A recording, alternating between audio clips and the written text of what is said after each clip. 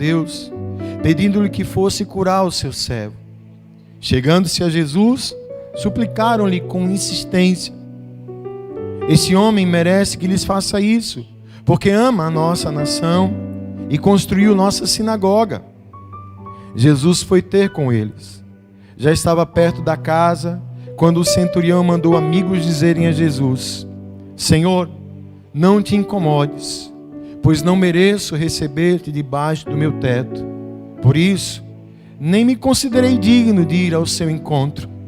Mas dize uma palavra, e o meu servo será curado. Pois eu também sou homem sujeito à autoridade, e com soldados sob o meu comando. Digo a um: vá, e ele vai. E o outro: venha, e ele vem. Digo ao meu servo: faça isto, e ele faz. Ao ouvir isso, Jesus admirou-se dele, e voltando-se para a multidão que o seguia, disse: eu lhes digo que nem em Israel encontrei tamanha fé. Então os homens que haviam sido enviados voltaram para casa e encontraram o servo restabelecido. Glória a Deus. Espírito Santo, fale conosco. Espírito Santo, trate com a nossa vida, e que nós possamos quebrantar o nosso coração para a Tua palavra, para recebê-la e tomar posse, em nome de Jesus. Amém. Podem sentar-se, amados. Amém. É um episódio também conhecido para muitos de nós aqui, sobre o milagre que o Senhor Jesus operou no servo desse centurião romano, né? Esse comandante. E ao buscar no Senhor uma palavra para nós nessa noite, em virtude de tantas coisas que a gente tem vivido, e aqui a gente vê mais um exemplo do que representa. A gente tem que ter uma consciência da dimensão, da força que existe naquilo que a gente fala. Porque a palavra, ela é uma expressão, né? Ela expressa um pensamento, ela expressa um sentimento. A gente ouve muito falar, as palavras têm poder, mas eu não sei se de fato a gente pensa realmente no que isso representa e significa. Aqui nesse episódio onde esse centurião ele procura a ajuda de Jesus, subentende-se que ele era um romano, mas que era simpatizante dos judeus, tanto que mandou recursos para construir uma sinagoga. Então ele tinha de certa forma ali a sua maneira de reconhecer Deus.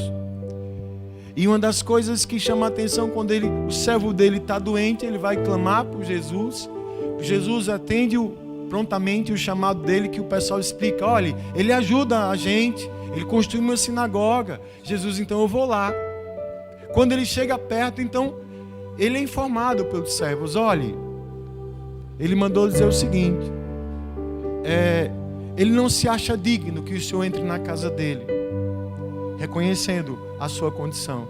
Por isso, inclusive, que ele não teve nem essa questão de diretamente falar com o Senhor, porque ele não se achava digno disso. Mas como ele é um homem que é acostumado a lidar, a exercer a autoridade, a exercer o poder de uma palavra de autoridade, ele sabe que o Senhor tem uma palavra de autoridade. Ele sabe que o Senhor tem uma palavra. Então ele diz o seguinte: basta que o Senhor diga só uma palavra, que ele tem certeza que o Senhor, que essa palavra vai ser liberada e o milagre vai acontecer. Isso foi tão especial para Jesus que ele para tudo, chama a multidão e diz que nem em toda Israel ele viu tamanha fé. E aí ele disse: então será assim como ele falou, o servo dele já está curado. E assim aconteceu. Sabe, gente, diante disso, para entender essa questão do poder que existe numa palavra, aliado, obviamente, à força, dependendo da força que ela se vai, assim como pode ser uma palavra de fé, Pode ser uma palavra de bênção, mas também pode ser uma palavra de maldição. Pode ser uma palavra que em vez de ajudar, complique. Porque é proporcional.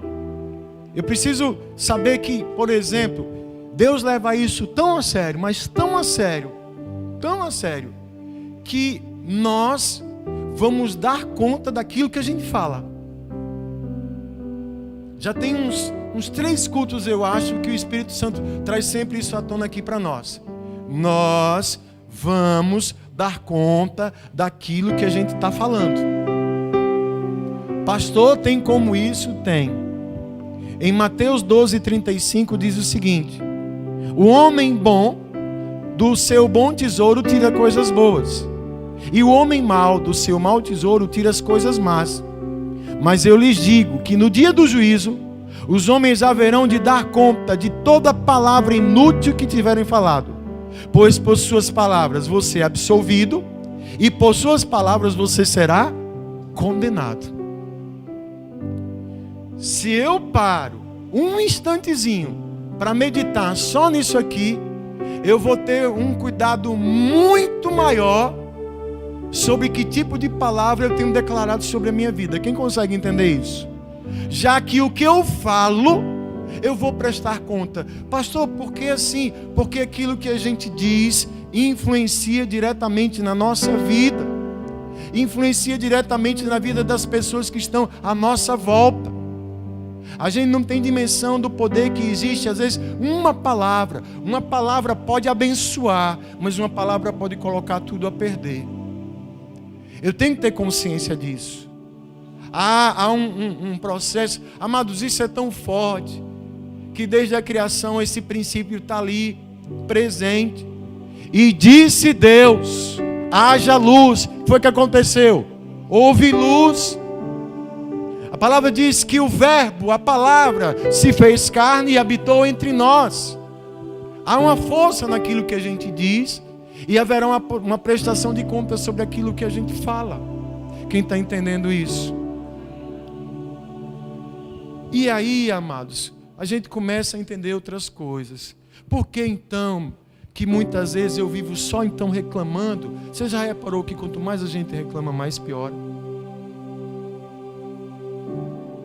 Que a palavra, muitas vezes, ela pode ferir mais do que um golpe físico, pode machucar mais do que uma pancada. Pais e mães, temos aqui nessa noite, o que é que a gente tem dito por nossos filhos? É por isso, entre outras coisas, que crente não deve xingar. Palavrão é maldição, filho de não sei o quê. Ou um pai chegar para um filho e dizer: você não presta, você não vale nada. Um marido humilhar a sua esposa com palavras, uma esposa desonrar o seu marido com palavras. A gente abrir e começar o dia e dizer: que vida desgraçada é essa que eu tenho? Minha vida é uma desgraça. Na minha vida nada presta.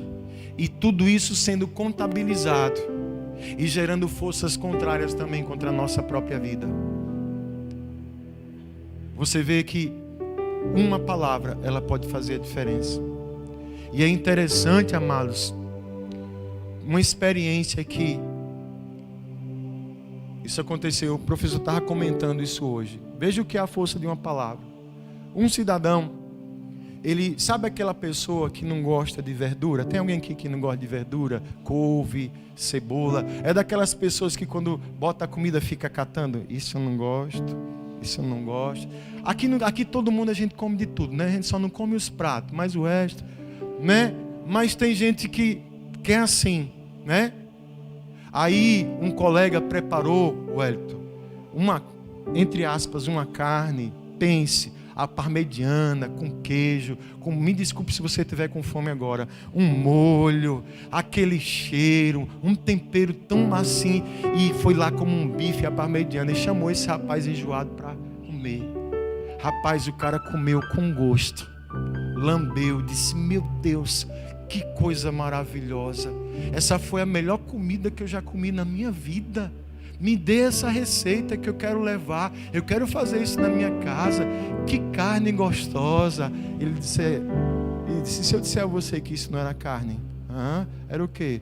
Era couve. Quando ele ouviu a palavra couve, desculpe, ele botou tudo para fora. O que foi que fez ele vomitar? Uma palavra. Uma palavra. Que gerou toda uma reação. Quem está entendendo isso aí? Quem está entendendo isso? A gente tem que ter cuidado com isso. Tem certas palavras que a gente não deve jamais trazer para a nossa vida, nem para a vida de quem está perto da gente. Pelas nossas palavras nós podemos ser justificados, mas pelas nossas palavras nós podemos ser condenados. Eu não quero nem entrar no mérito, aliás, vou entrar um pouquinho, por exemplo, de pessoas que vivem falando mal de outras pessoas. Já pensou? O que é que isso gera nessa vida? O que é que isso traz para essas pessoas? Quem está entendendo isso? Pastor, mas é tão difícil. Eu conheci uma pessoa que ela dizia bem assim, ela lá de longe, ela dizia assim: também sou eu sozinha para falar mal de todo mundo e todo mundo para falar mal de mim. Então, a gente ri, né? Mas isso está certo, irmãos? Primeiro que a gente não é todo mundo, né? E depois porque a gente sabe que as nossas palavras têm poder. E muito do que a gente vai falar, escute, vai dizer muito mais a respeito de quem nós somos. O que a gente fala diz respeito a quem a gente é. O que a gente fala acaba sendo um espelho daquilo que já está na nossa vida, de quem a gente é. Muitas vezes, consequências de palavras que recebemos, de maldições que colocaram sobre a nossa vida, que comprometeram a formação do nosso caráter, a nossa conduta. Mas escute, sobre a minha vida e sobre a sua vida foi liberada a palavra de Deus. E a palavra de Deus diz que eu e você somos filhos, que fomos criados à imagem e semelhança do Senhor. Tivemos uma deformidade por causa do pecado, mas o sangue de Jesus nos purifica desse pecado e nos faz novas criaturas. Então, diante disso, entendendo a força que existe numa palavra, que ela é reflexo então do que está dentro de mim, olha o que a palavra diz: eu preciso então cuidar do que está dentro de mim, cuidar do meu coração.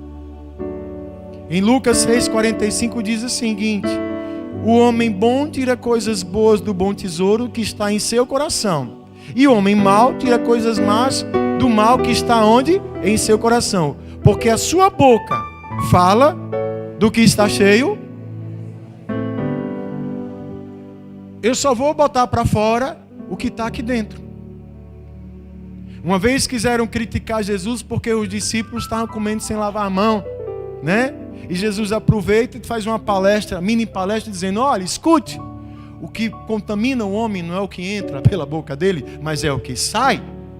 Porque o que sai da boca do homem é aquilo que está no seu coração. E se o coração do homem é impuro, é sujo, só vai sair o que não presta, e coisas que tanto o contaminam, como também contaminam a vida de quem ouve. Então não é comer sem lavar as mãos que contamina o homem, é um coração contaminado pelo pecado, pela maldade, que gera doenças e males sobre a sua vida e sobre a vida de quem está à sua volta. O bom e o maravilhoso é que na palavra de Deus a gente encontra direção. Na palavra de Deus a gente encontra o remédio. A gente encontra a direção que a gente precisa para tratar com isso. Isso significa que se eu quero usar a minha boca para abençoar, para ser bênção, eu tenho que cuidar do meu coração.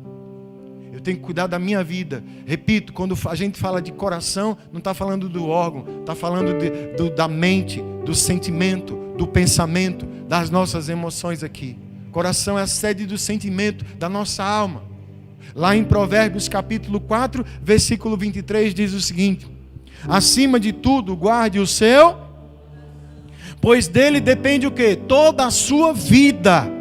Afaste da sua boca as palavras perversas.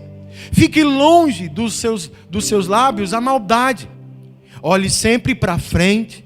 Mantenha o olhar fixo no que está diante de você. Veja bem por onde anda, e os seus passos estarão seguros.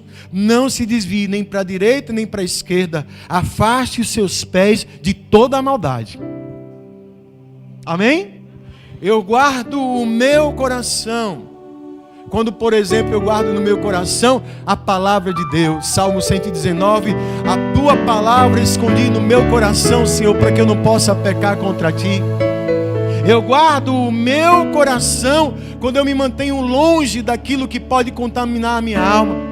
Sabe o que diz lá no Salmo 1? Para a gente não se assentar na roda dos escarnecedores.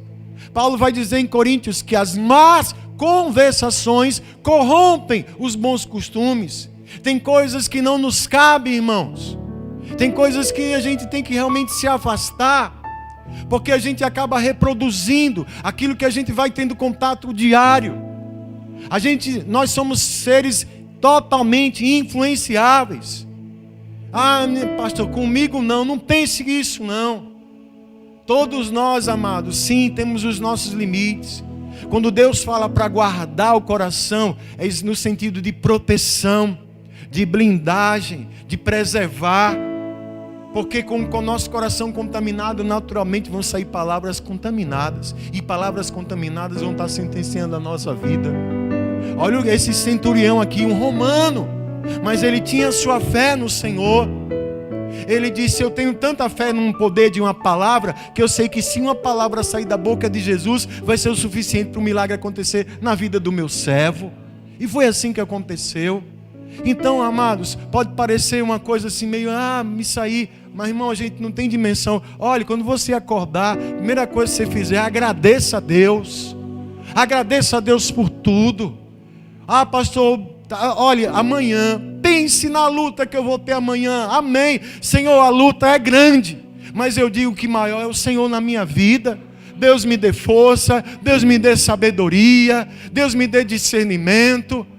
Pastor, minha família está de cabeça para baixo. Diga, minha família, ela vai ficar de cabeça para cima agora. Essa casa é uma bênção. Esse lugar é uma bênção. Eu vou vencer em Cristo. Jesus é o Senhor da minha vida. Eu profetizo sobre a minha casa salvação. Olha o que a gente estava cantando aqui. Eu e minha casa serviremos a Deus. Então, amados, a gente não pode esquecer disso. A palavra, ela tem força. E o que é que está saindo da minha boca? É só dar uma olhada ao que está dentro do meu coração. É só dar uma olhada ao que está dentro da minha vida. Então, se eu peço, Espírito Santo, enche a minha vida, enche o meu coração, isso vai ajudar bastante a gente mudar o nosso vocabulário. A gente liberar palavras de bênção, sim. Profetizar. O que é profetizar? É declarar a palavra. Em nome de Jesus, eu profetizo sobre a sua vida a bênção. Em nome de Jesus, eu profetizo sobre a sua vida saúde. Em nome de Jesus, eu profetizo sobre a sua vida sabedoria. Eu profetizo sobre a sua vida humildade, quebrantamento, paz que você precisa. A gente precisa, sabe, irmãos, trazer isso para nós. Toma muito cuidado e guardar o nosso coração. E evidentemente, se estão saindo sempre palavras ruins da nossa vida, a gente tem que olhar, então, como ele diz aqui em Provérbios, veja bem por onde você anda. Veja bem o que é que você anda lendo, o que você anda vendo, com quem você caminha. Porque a gente tem a tendência de reproduzir. Uma criança, por exemplo, que está num lar, onde a família toda xinga. Aí, a criança na escolinha, a coordenação manda chamar os pais. Aí os pais com a cara mais lisa dizem assim: eu não sei onde é que... Olha, xingou o amiguinho disso e daquilo. Eu não sei onde ela ouviu falar isso. Eu não sei onde ela aprendeu a falar isso. Você está entendendo isso, irmão? Você é bênção. Você é bênção. E bênção, ela abençoa. A minha boca que seja para abençoar. Se eu não tiver nada de bom para falar para ninguém, é melhor que fique calado. Se eu não tiver nada de bom para falar de ninguém, é melhor que eu faça isso. mas se eu não puder fazer isso, eu abençoo. O que foi que Jesus disse? Aquele que perseguem você, abençoe. Aqueles que querem ver o seu mal, abençoe. Abençoe. Abençoe. Porque pelas nossas palavras nós seremos justificados e pelas nossas palavras nós também podemos ser condenados. Você fica em pé no seu lugar, por favor.